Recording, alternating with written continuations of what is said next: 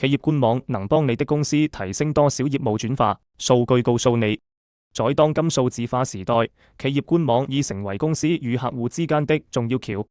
擁有一個專業且功能完善的網站，不僅能提升品牌形象，還能顯著提高業務轉化率。一、提升品牌信任度。根據一項調查，約75%的消費者在選擇購買前會先查看企業的官網，這意味住一個設計精美、內容豐富的網站能夠有效提升品牌的信任度。當潛在客戶看到一個專業的網站時，他們更有可能認為該公司是可靠的，從而增加購買的可能性。二、增加曝光率。擁有一個優化的網站能夠提高在搜索引擎中的排名，從而增加曝光率。根據數據顯示，約53%的網站流量來自於搜索引擎。透過 SEO 搜索引擎優化策略，企業可以吸引更多的潛在客戶，進一步提升業務轉化率。三、提供便捷的客戶服務。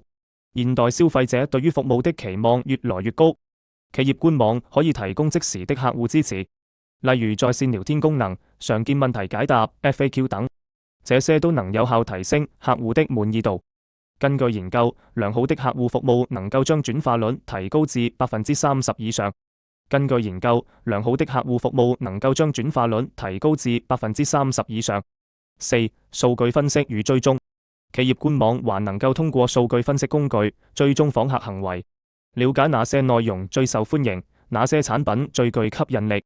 這些數據能幫助企業調整營銷策略，針對性地推廣產品，從而提高轉化率。根據數據，使用數據分析的企業，其轉化率平均提高了20%。五、移動端優化。隨住智能手機的普及，越來越多的消費者選擇通過手機訪問網站。根據統計，超過50%的網頁流量來自移動設備，因此確保網站在移動端的友好性至關重要。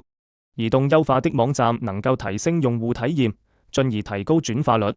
總結來說，企業官網對於提升業務轉化率的作用不可小覷。若你還未建立官網，現在正是時候。